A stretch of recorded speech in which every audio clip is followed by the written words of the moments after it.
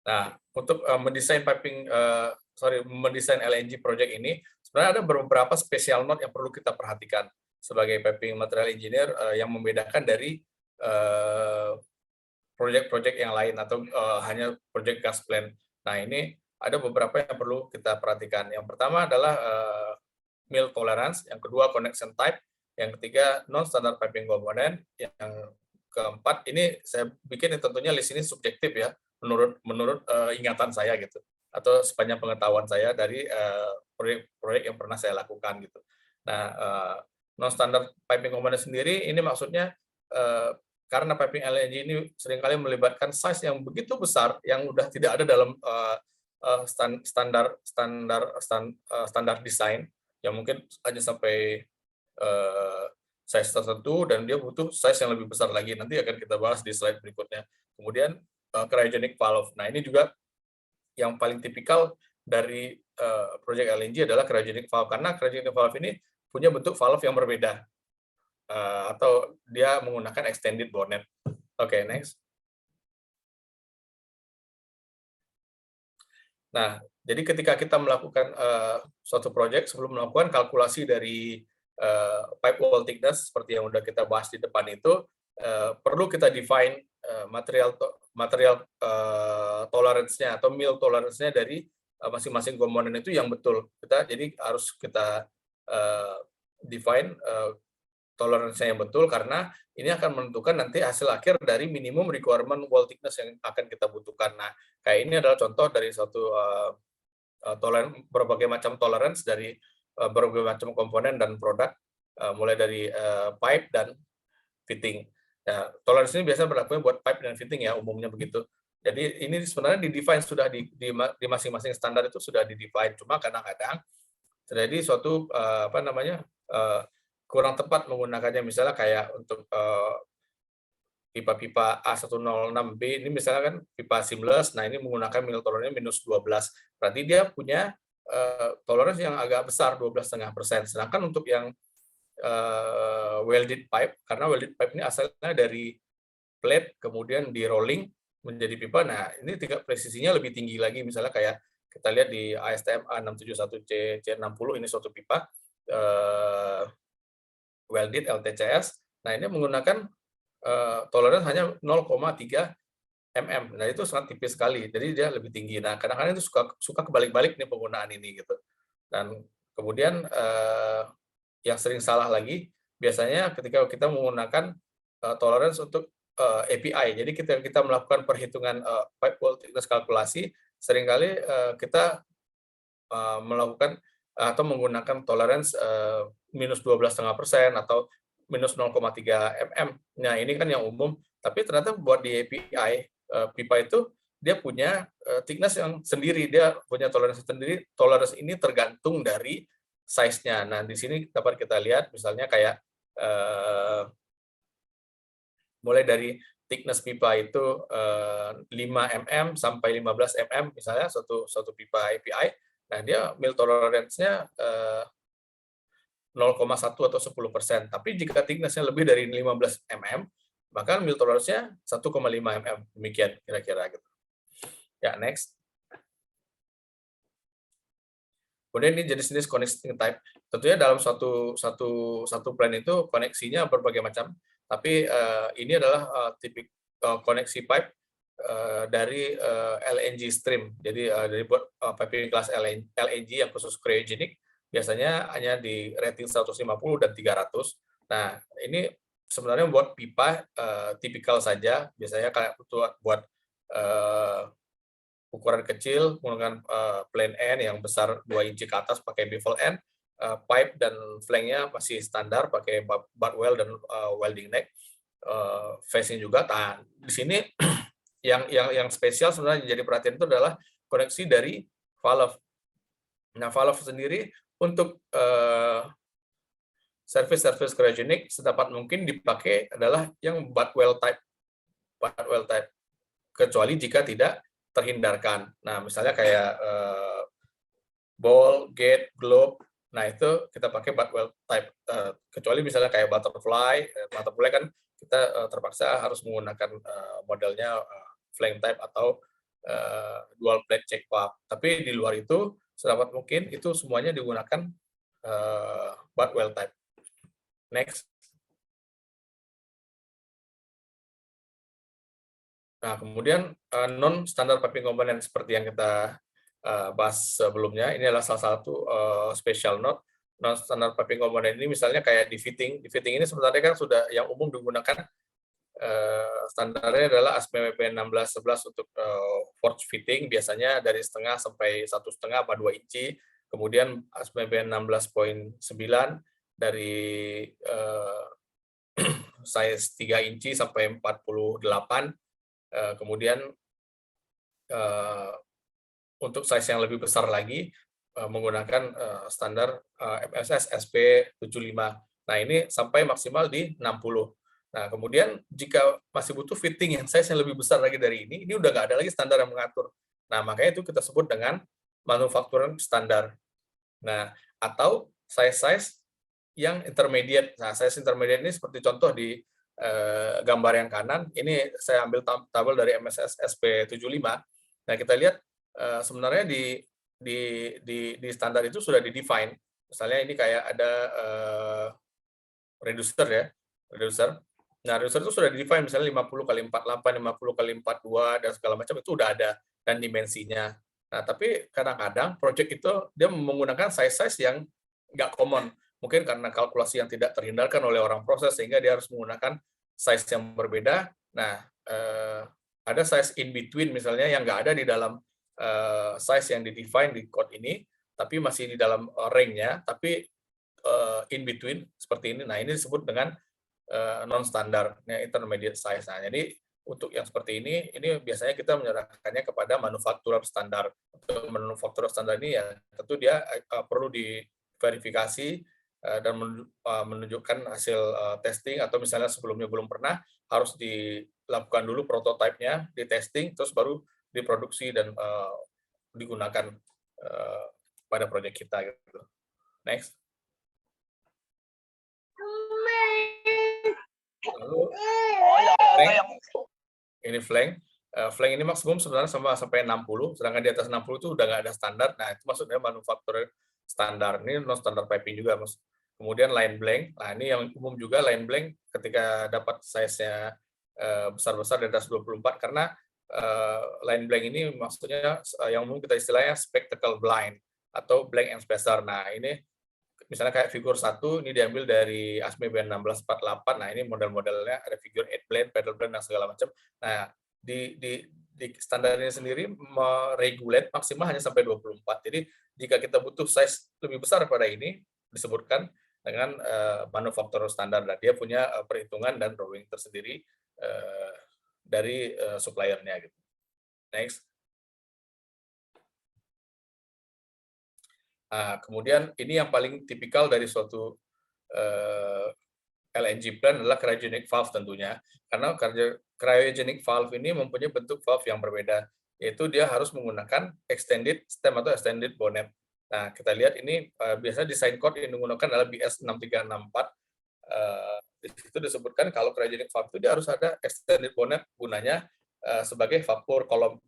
Nah, seperti kita lihat ini di gambar di kanan, ini kan memanjang bonetnya ini, memanjang ini Pak, dari body menuju handle-nya di atas itu dipanjangkan, gunanya untuk sebagai vapor kolom. Vapor kolom itu maksudnya memungkinkan dia jika terjadi build up pressure supaya apa namanya istilahnya packing dari gland-nya yang di atas gitu, di bagian atas itu dia tetap maksudnya tidak menjadi cryogenik sehingga valve-nya bisa dioperasikan. Kira-kira begitu. Dan berapa dimensi tambahan ini? Ya, ini biasanya tergantung klien. Kadang-kadang klien punya klien spesifikasi sendiri, dan itu di-define di sana gitu.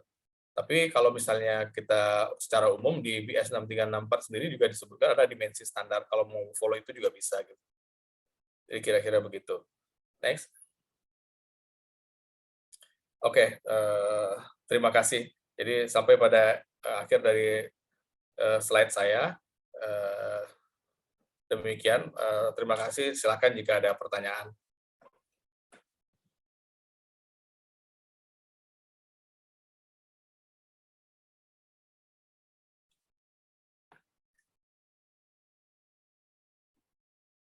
Ya, silakan Mas Andreas, saya kembalikan. Baik, Pak. Baik, sebelumnya terima kasih banyak Pak Ari atas pemaparan materinya yang sangat informatif dan komprehensif. Semoga ilmu yang telah disampaikan oleh Pak Ari bisa bermanfaat bagi kita semua, khususnya bagi para peserta yang mungkin sudah ada plan atau keinginan untuk bekerja sebagai piping material engineer. Baik, sebelumnya saya mohon maaf bahwa ada perubahan susunan acara pada webinar hari ini, di mana selanjutnya kita akan masuk ke sesi foto bersama terlebih dahulu, baru setelah itu akan ada sesi tanya jawab dengan Bapak Ari. Untuk para peserta, mungkin bisa mempersiapkan diri 1-2 menit untuk menyalakan kamera.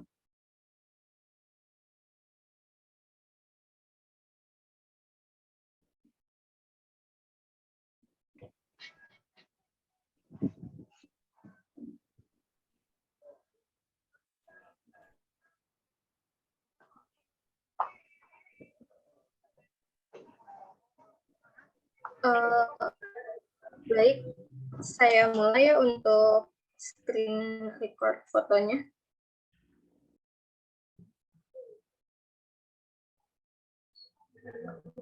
Mulai dari slide pertama dulu.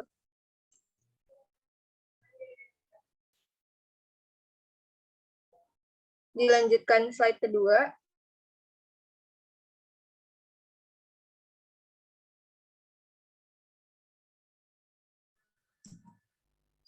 Kemudian slide terakhir. Baik, sudah. Terima kasih.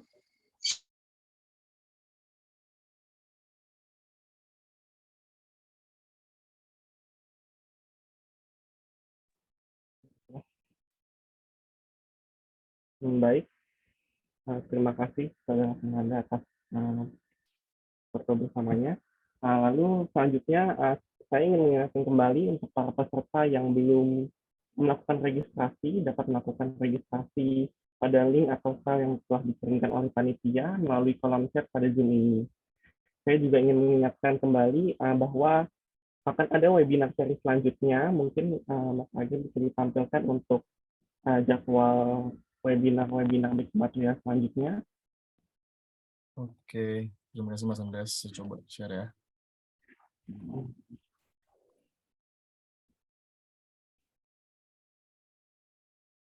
Apakah bisa terlihat? Sudah, tapi mungkin jadwalnya belum terlihat. Oh, oke. Sebentar. Apakah sudah terlihat, Mas Andreas? Sudah terlihat, ya. Berikut adalah jadwal BK material webinar and workshop series, di mana selanjutnya akan ada webinar mengenai passive fire protection technology and application yang akan dilaksanakan Sabtu depan, Sabtu tanggal 6 Agustus jam 9 pagi. Lalu setelah itu akan ada webinar mengenai asset integrity management and introduction yang akan dilaksanakan pada 20 Agustus mendatang. Lalu juga ada webinar material fotokatalitik, teknologi dan aplikasi yang akan dilaksanakan Sabtu 3 September jam 9 pagi. Lalu ada webinar teknik karakterisasi material organik yang akan dilaksanakan pada Sabtu 24 Oktober jam 9 pagi. Lalu ada 4 webinar lainnya yang akan menyusul untuk jadwalnya. Seperti itu.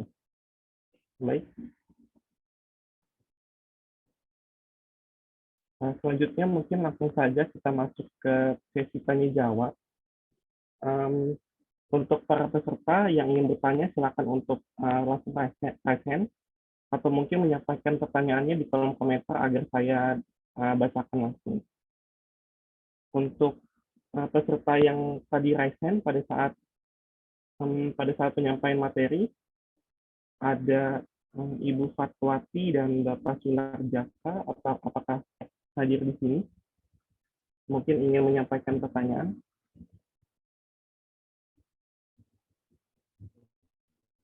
Isi, Mas. Terdengar saya? Oh iya, baik, halo. Pak.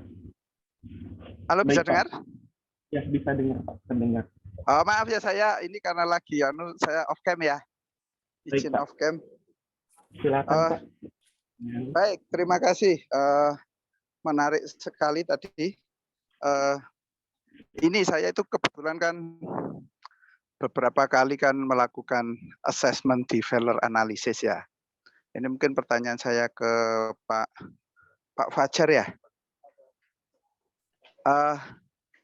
Apakah dalam proses IPC itu dokumen tentang tadi kan misalkan datasheet itu kan material kan biasanya ditentukan jenis ini, standar ini gitu ya. Apakah di situ dalam dokumen nanti itu hanya cukup bahwa material yang digunakan misalkan material X dengan spesifikasi X, kemudian sudah ada certified kan biasanya tersertifikasi, atau memang harus ada dokumen-dokumen hasil pengujian dari sifat material tersebut, Mas? Mungkin itu ya. Jadi yang terkait kan kadang bahan itu setelah sekian lama kadang kan mengalami aging ya. Jadi saat kita uji itu kan kadang propertinya sudah di bawah dari spek yang sebenarnya. Kadang kita itu ingin mengklarifikasi saat desain atau saat konstruksi atau commissioning apakah bahan yang digunakan itu memang sudah memenuhi standar atau tidak. Jadi apakah di dokumen-dokumen desain sampai commissioning itu mesti ada hasil testing atau cukup bahwa material ini jenisnya ini dikeluarkan ini dengan sifat yang seperti ini. Mungkin itu. Terima kasih. Baik, terima kasih Pak Sularjaka atas pertanyaannya. Mungkin untuk Bapak Jaka Fajar, silakan menyampaikan jawabannya, atau mungkin Bapak Ari juga memiliki pendapat atas pertanyaan Pak Sularjaka.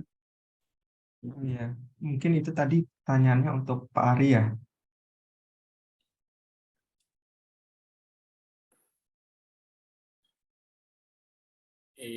Iya, baik. Terima kasih, Pak. Ya, ini pertanyaannya menarik sekali. Tapi ya kembali sebenarnya namanya proyek APC. Proyek ini adalah proyek yang sudah mempunyai kontrak. Kontrak itu salah satunya adalah dokumen-dokumen spesifikasi tertentu. Nah, tentu selama proses detail engineering itu mendefine material yang digunakan sudah ada studi dan termasuk kalkulasi. Dan studi ini maksudnya ada satu dokumen atau status studi yang dilakukan oleh material, sebenarnya material section group ya Pak, bukan piping material, tapi secara umum mereka melakukan studi jenis-jenis corrosion atau kondisi-kondisi lainnya terhadap satu plan tersebut, terus kemungkinan failure yang akan terjadi dan mitigasinya, kira-kira seperti itu. Nah, setelah itu dia baru akan define jenis materialnya yang akan digunakan. Tapi sebenarnya material ini sendiri, karena kita bonded terhadap B31.3, di situ juga termasuk salah satunya ada section materialnya, tergantung service. Nah, tentunya di requirement material itu Pak, ketika kita request, masuk dalam salah satu quality control requirement-nya meminta sertifikasi dari suatu material yang digunakan. Jadi sebenarnya material yang dipilih itu bisa jadi dua macam. Pertama kita new freshly produced dari mill atau material stok. Tapi secara umum requirement itu sudah disebutkan di dalam standar-standar. Nah, misalnya kayak suatu duplek, kita request material duplek untuk suatu seawater intake misalnya gitu Pak. Nah, untuk duplek itu sendiri sebenarnya tidak cukup ketika kita beli ini sertifikasi duplek, sertifikatnya ini duplek, enggak, tapi semua informasi yang disyaratkan dari suatu standar misalnya kayak mechanical properties-nya, chemical properties-nya, dan segala macam. Nah, itu tuh harus define di dalam material sertifikatnya. Nah, misalnya kayak duplek itu termasuk testing resultnya juga disebutkan di situ Pak, kayak misalnya ada requirement perhitungan ukuran grain size ada di situ, kemudian perhitungan kalkulasi jumlahnya berapa, print number dan segala macam, dan itu tuh dituangkan dalam satu sertifikat. Dan itu kalau untuk duplek sendiri misalnya ya contohnya itu lebih tebal dari yang lain. Jadi nggak cuma di-define, tapi requirement itu dimintakan, di-state oleh kita sebagai yang beli gitu. Dan selanjutnya tentu perlu evident dari material yang akan dibutuhkan tersebut gitu. Kira-kira gitu, Pak. Baik, terima kasih Mas. Baik, terima kasih Bapak Sularjaka atas pertanyaannya. Mungkin satu lagi tadi ada yang raise pada saat pemaparan materi dengan Ibu Fatwati, apakah hadir di room ini? Untuk Ibu Fatwati.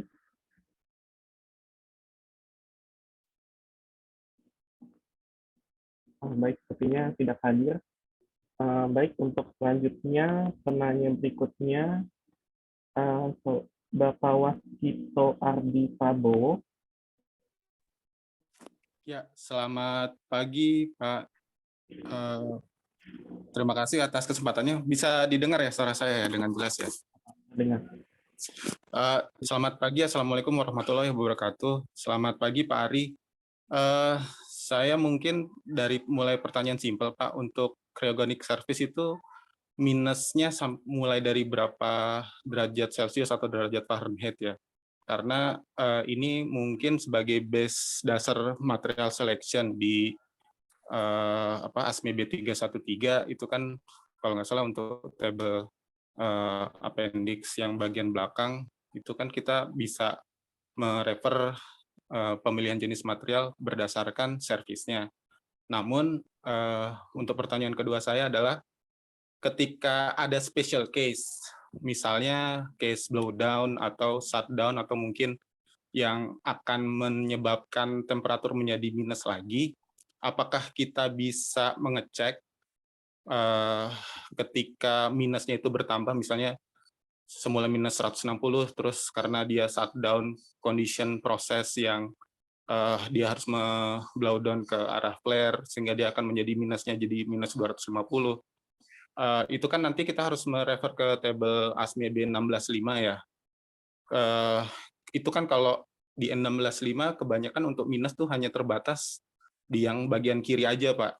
Nah, itu apakah mungkin kita bisa ngecek di tabel BA165 itu untuk cryogenic service? Karena kan B165 kebanyakan derivative-nya positif semua, jadi mulai 100, 200, etc. Pak, sampai ke kanan itu untuk stress allowable-nya. Justru itu kan yang sebagai faktor penting kita mengkalkulasi allowable stress untuk flange connection ya. Mungkin itu aja Pak pertanyaan saya. Terima kasih. Baik, terima kasih pertanyaannya. Mungkin Pak Ari bisa langsung menjawab pertanyaan dari Ya, terima kasih Pak. Buat pertanyaan pertama, cryogenic sampai minus berapa? Ya ini terkait dengan sebenarnya di B313 sendiri. Biasanya material selection itu kan kita pilih jenis-jenis materialnya adalah carbon steel, LTCS, dan cryogenic ya. Nah, untuk carbon steel sendiri sebenarnya sampai minus 29, jika desain temperaturnya sampai minus 29, itu bisa digunakan carbon steel. Sebenarnya itu ada Pak di curve B dari B313 ada, bisa kita lihat. Nah, jika carbon steel digunakan sampai minus 29, tapi ada limitasi thickness sampai 12,7 atau setengah inci. Jadi jika carbon steel itu sendiri yang misalnya desain temperatur sampai minus 29, di thickness-nya melebihi dari setengah inci 12,7, maka materialnya otomatis kita ganti jadi LTCS, menjadi misalnya dari A106B mungkin nanti menjadi A333 gitu, A671 CC60 kelas 2. Nah, kemudian untuk LTCS sampai di minus 46. Nah, untuk cryogenic itu sendiri biasanya di proyek-proyek ini jika desain temperaturnya lebih rendah daripada minus 46, turun ke bawah sampai minus 171 dan segala macam. Nah, ini udah kita kategorikan kepada cryogenic. Jadi jika dia lebih rendah daripada minus 46, kita menggunakan material stainless steel dan kita kategorikan sebagai cryogenic service. Itu satu. Kemudian buat pertanyaan yang kedua, di 16.5 cryogenic itu nggak kelihatan gitu ya Pak ya. Nah, itu seperti dalam slide saya sebelumnya itu kan ada fluid list. Nah, di fluid list itu sebenarnya semua kemungkinan proses yang akan terjadi sudah di-define oleh departemen proses, termasuk misalnya ketika dia ada blowdown dan segala macam, jadi akan mendefine di situ desain MDMT-nya atau minimum desain metal temperatur atau desain temperatur paling bawah itu berapa ketika akan terjadi. Nah, dari situ kita sudah bisa lihat suatu line itu dia akan masuk dari kategori cryogenic atau kategori LTCS atau carbon steel line. Dan untuk pressure temperaturnya sendiri memang di 16.5 itu nggak kelihatan karena positif semua. Kemudian yang paling atasnya maksimumnya ada di minus 29 hingga 38 degree. Tapi kalau dibaca lebih lanjut di 16.5 disebutkan untuk temperatur yang lebih rendah daripada minus 29, maka yang diikuti ratingnya ada di rating minus pressure applied-nya adalah pressure applied di minus 29 sampai 38. Jadi yang kita pakai itu Pak basisnya gitu. Oke Pak, terima kasih penjelasannya. Baik, terima kasih Bapak Supardi Prabowo atas pertanyaannya. Lalu selanjutnya mungkin Bapak Mas Endang tadi sempat raihkan, apakah ingin bertanya?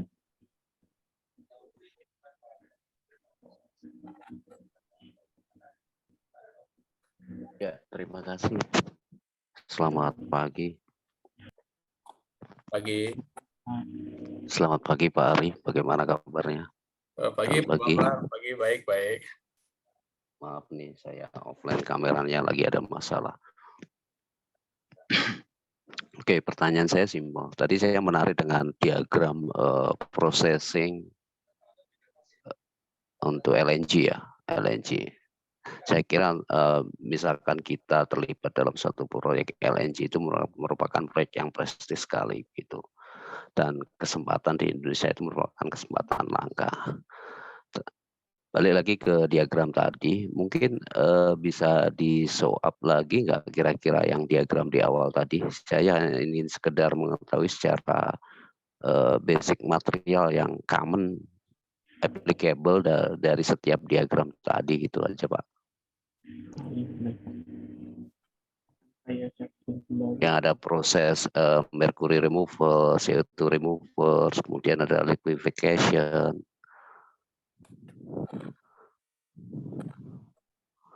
Jadi mungkin secara basic material applicable yang mostly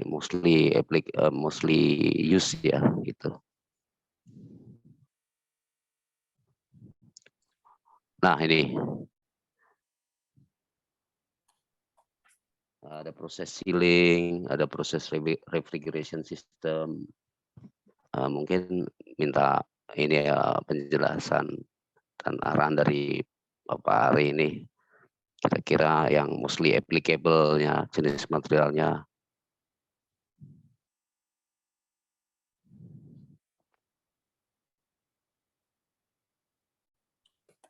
Yang mulai dari CO2 removal sampai ke ini ya, ke mulai offset, sampai offset ya.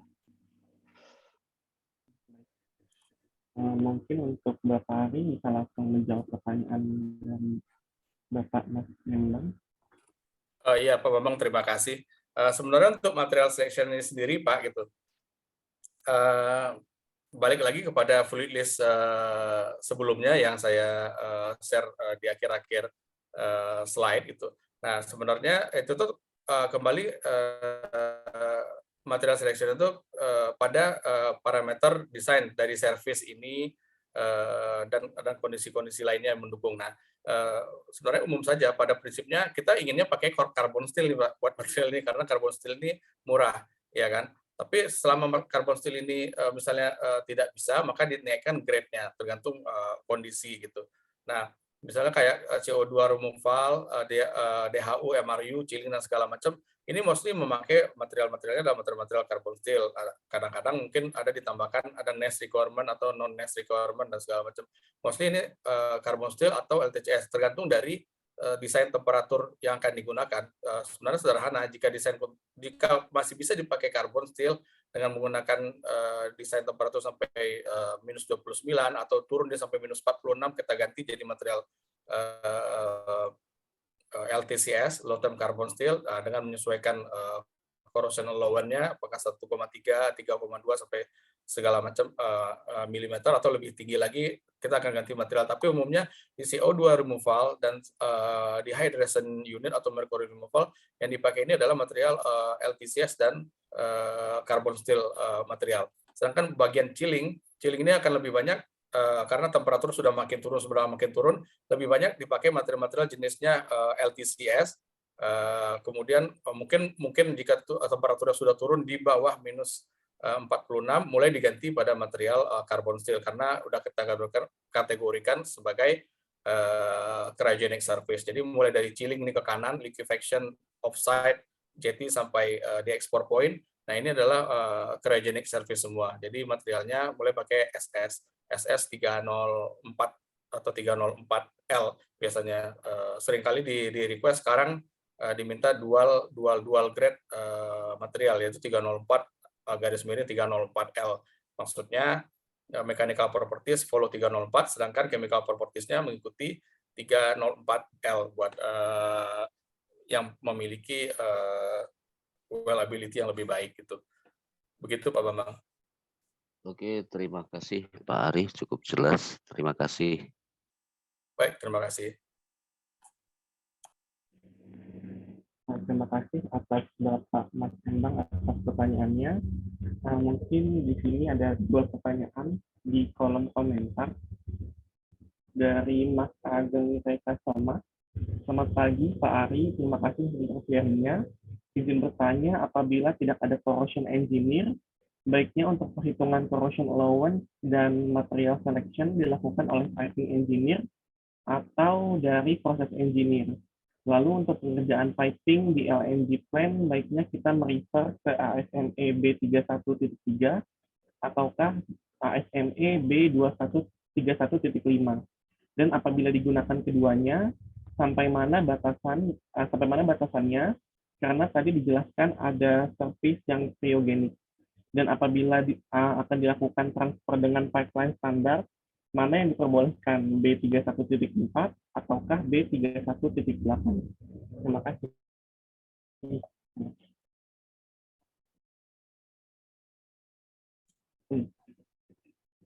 Ya, baik Pak Ageng, saya akan coba jawab. Sebenarnya ya ini sebenarnya tipikal problem, tapi biasanya Pak jika menggunakan untuk proyek-proyek yang besar atau perusahaan-perusahaan yang sudah agak besar, mereka sudah memisahkan antara fungsi piping dengan material. Jadi dia biasanya maintain orang material sendiri, orang-orang metalurginya dia maintain sendiri. Kalau misalnya kayak di tempat saya bekerja sekarang atau misalnya di rekanan kami bekerja kayak suatu konsorsium kayak perusahaan-perusahaan Jepang, Chiyoda, di sini biasanya material-material spesialis dengan kualifikasi yang tinggi, master degree atau PhD. Seringkali sudah kualifikasinya PhD karena banyak melakukan atau banyak dibutuhkan pengetahuan material yang cukup dalam. Nah, untuk melakukan perhitungan korosi sendiri, saya rasa ini tidak bisa dilakukan oleh seorang piping engineer, walaupun secara prinsipnya kita mengerti mungkin dia metalurgi graduate atau material graduate, karena perhitungan korosi itu tentu melibatkan suatu perhitungan tersendiri. Misalnya kayak suatu plant ketika dia melakukan mitigasi adanya CO2 di dalam suatu plant itu, maka dia harus dilakukan perhitungan corrosion, CO2 corrosion dengan menggunakan software tertentu gitu, dan dia harus lakukan itu secara terpisah, dan itu tidak bisa dilakukan oleh seorang piping material engineer atau piping engineer karena kan nggak bisa ditebak-tebak Pak, dan biasanya itu harus dedicated sendiri gitu untuk menentukan corrosion allowance tersebut. Kemudian buat proses sendiri mungkin di beberapa, sebenarnya itu tergantung dari tipikal atau misalnya ya tipikal perusahaan ya Pak. Kadang-kadang ada di beberapa perusahaan dia meletakkan fungsi material selection dan corrosion kalkulasi itu dan proteksi di departemen proses. Tapi sebenarnya walaupun mereka mengerti ya Pak, gitu, tapi menurut saya tidak begitu tepat karena dia harusnya di-maintain suatu material spesialis sendiri untuk melakukan perhitungan yang ini. Biasanya orangnya nggak banyak nih departemen yang kayak gini, tapi esensial ada gitu karena fungsi-fungsi pekerjaan ini akan dilakukan oleh mereka gitu. Kemudian untuk pengerjaan ini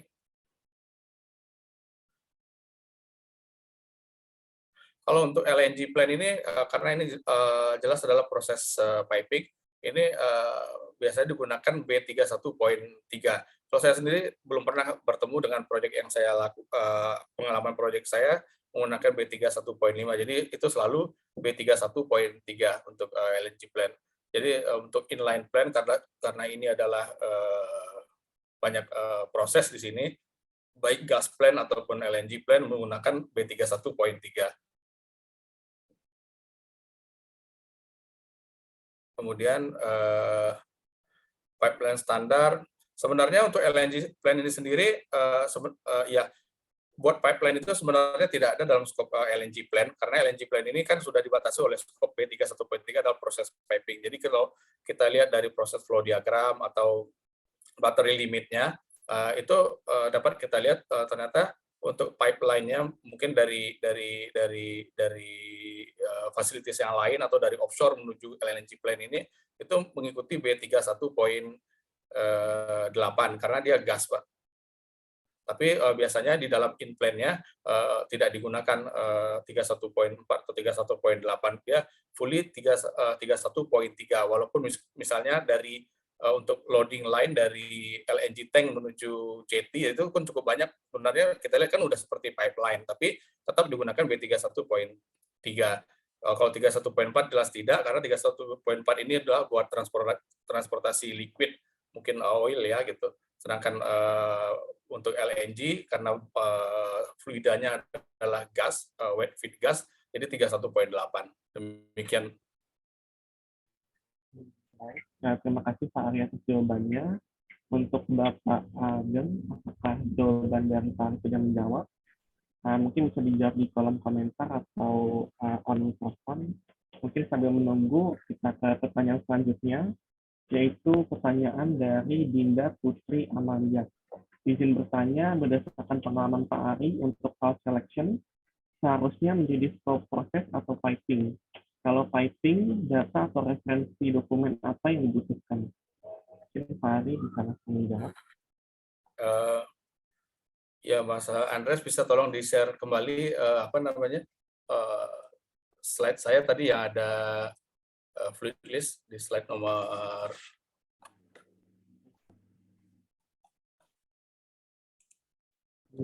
slide nomor 24. Oh, ini Pak.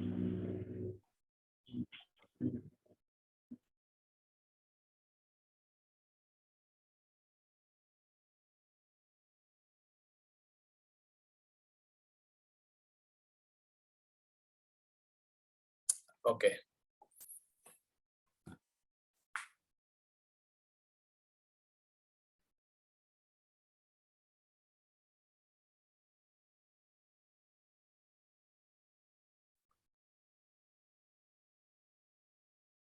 Ya. Ya, oke, Mbak Dinda, terima kasih atas pertanyaannya. Nah, ini dari fluid list ini dapat kita lihat ya, sebenarnya untuk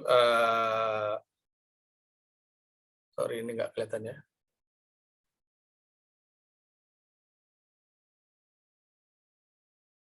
Oke, sebenarnya di sini dari kondisi fluid list ini nanti biasanya bukan piping material, proses engineer mereka akan menentukan jenis valve yang akan dibutuhkan. Jadi sebenarnya valve selection itu dilakukan oleh departemen proses karena itu terkait nanti dengan isolation philosophy. Karena isolation philosophy itu sendiri adalah skopnya departemen proses. Nah, maka mereka yang akan menentukan jenis-jenis valve yang akan digunakan, apa gate valve, globe valve, ball dan segala macam, karena ada beberapa perhitungan yang harus mereka lakukan, kayak dia mungkin perlu CV value, flow coefficient, pressure drop dan segala macam. Nah, hanya jenisnya saja. Nah, nanti di piping, departemen piping akan mendefine lebih detail dari material konstruksi valve yang dibutuhkan dan testing dan segala macam. Jadi basically jenis valve ini yang menentukan adalah departemen proses, bukan piping. Ya, demikian ya.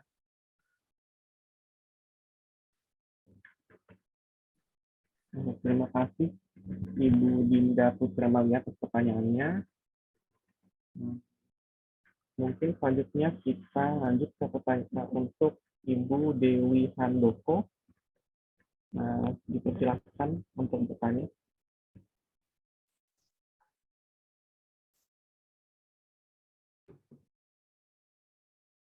Ya, Assalamualaikum warahmatullahi wabarakatuh.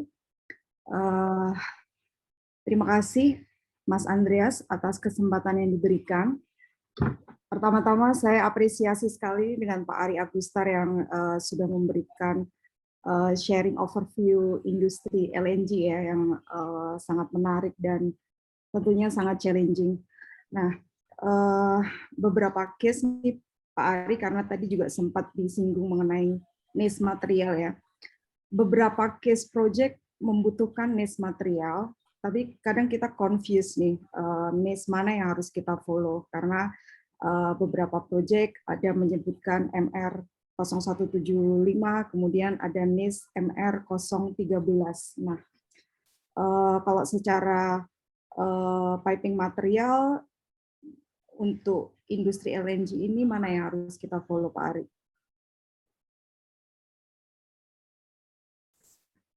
Baik, terima kasih Ibu Dewi atas pertanyaannya. Mungkin Bapak Ari bisa langsung menjawab.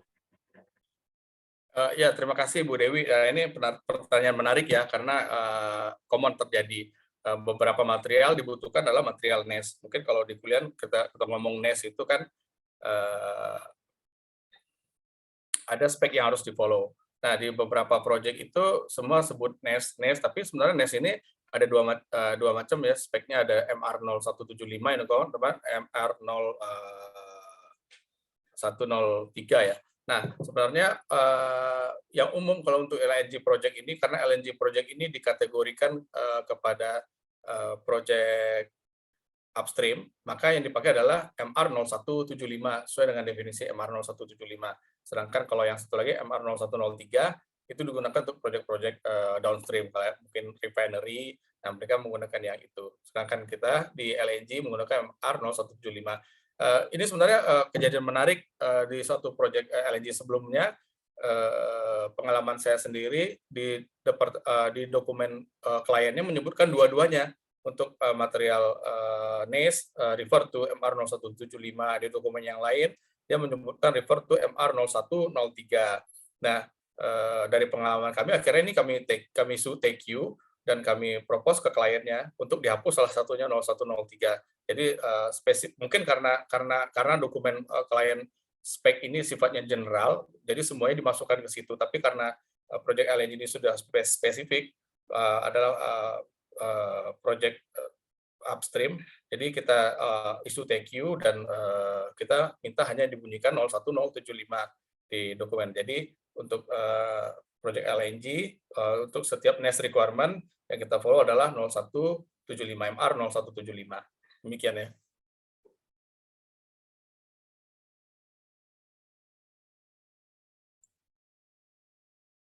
Ya, terima kasih Pak Ari. Boleh satu lagi pertanyaan Pak Ari, ini karena sering terjadi juga ya.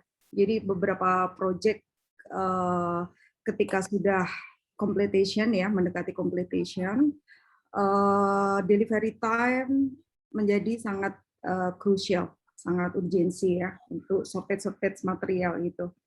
Jadi beberapa case klien requires terhadap beberapa material yang tidak ada dalam commodity item material yang ada di dalam stok gitu ya. Jadi contoh case misalkan kita klien membutuhkan flank flat face gitu ya, FF, sementara material flat face ini tidak common di market gitu. Sementara banyak stokis atau banyak material yang ada ready race face. Nah, case-case seperti ini bagaimana solusinya untuk bisa meet dengan project requirement ya terhadap delivery time dan terhadap spesifikasi project.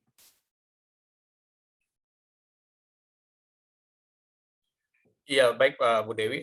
Terima kasih. Ini sepertinya Bu Dewi project player ya, karena pertanyaannya detail sekali gitu. Oke, baik. Untuk case seperti ini memang sering kali terjadi, terutama di masa akhir-akhir project ketika terjadi material-material shortage, ketika project harus segera di completion, sedangkan kita sudah tidak punya waktu yang lama untuk mengadakan material. Maka ketika ada case-case seperti ini, permintaan flank FF biasanya gitu ya, biasanya untuk utility service atau interface terhadap non metallic material, ketika flank metalik bertemu dengan GRE atau HDPE, demikian dibutuhkan flank seperti ini. Nah, yang common dilakukan praktisnya adalah melakukan machining. Nah, ini sebenarnya machining untuk dihilangkan flank RF-nya tersebut. Biasanya kan kalau RF ini kan thickness-nya 2 mili untuk rating 150 dan 300, lalu 7 mili untuk rating 600 ke atas gitu. Tapi biasanya untuk case FF ini di rating 150. Nah, itu boleh dilakukan machining, Bu, dihilangkan RF-nya. Nah, itu diperbolehkan menurut ASME BN 16.5, flat face itu boleh dilakukan machining, tapi dengan catatan TF-nya atau thickness-nya itu tetap sesuai seperti di figure 6 dari BN 16.5 tersebut. Nah, harus dicatat yang harus dipastikan seperti itu. Jadi thickness-nya, final thickness-nya tetap inline seperti figure 6 di BN 16.5. Demikian ya, Bu. Baik, Pak. Terima kasih, Pak Ari. Baik, terima kasih Ibu Dewi atas pertanyaannya. Mungkin di sini kita memiliki satu pertanyaan lagi, apakah tidak keberatan Pak Ari menambah satu pertanyaan lagi?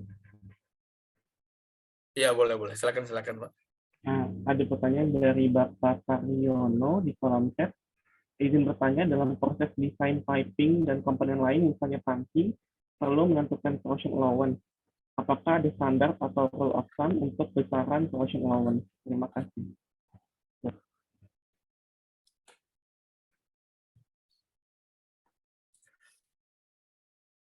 Iya, terima kasih Pak. Sebenarnya buat tangki atau piping sendiri, saya kalau di dalam proyek kami belum pernah atau pengalaman pribadi saya belum pernah menemukan standar untuk corrosion allowance yang dibutuhkan. Tapi prinsip dasarnya untuk menentukan corrosion allowance itu adalah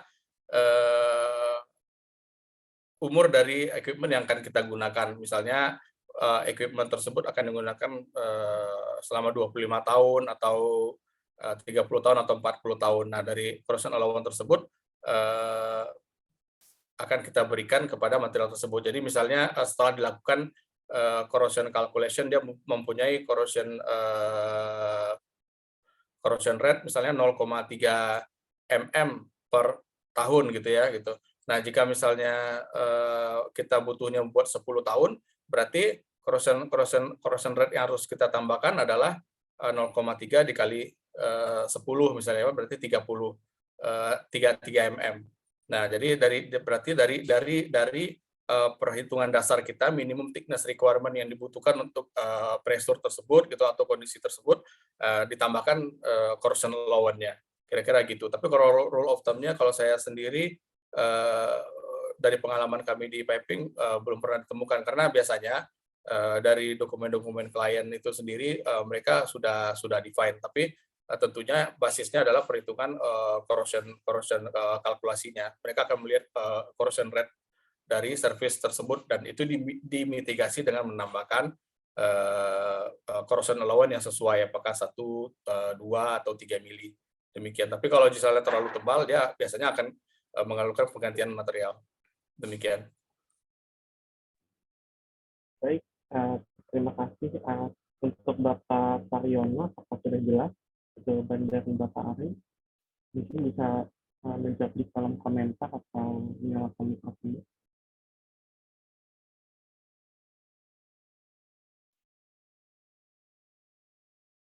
Udah cukup jelas, terima kasih Pak. Terima kasih Bapak.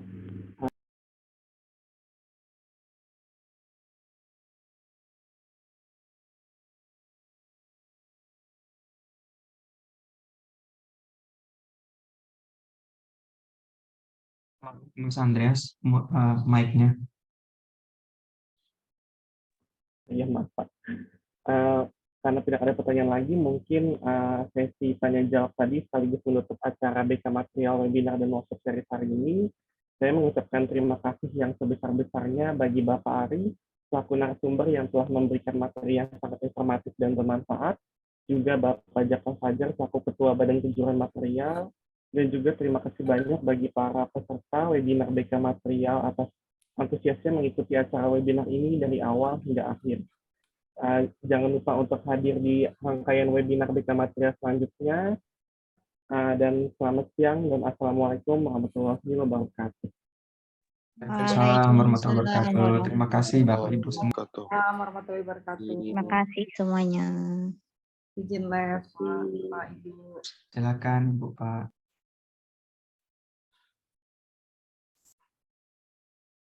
Terima kasih banyak Pak Ari. Ya, terima kasih Yanti. Pak Jaka, Fajar. Terima kasih sudah diundang. Insya Allah jadi pengisi tetap ya Pak. Amin. Amin. Oke. Oke, baik. Saya juga mohon diri ya, Bapak-Bapak. Terima kasih. Assalamualaikum warahmatullahi wabarakatuh. Waalaikumsalam warahmatullahi wabarakatuh. Mas Fajar izin ya, Mas Andreas izin, Pak Ari terima kasih. Mbak Rianti. Izin ya. Terima kasih Mas Andreas.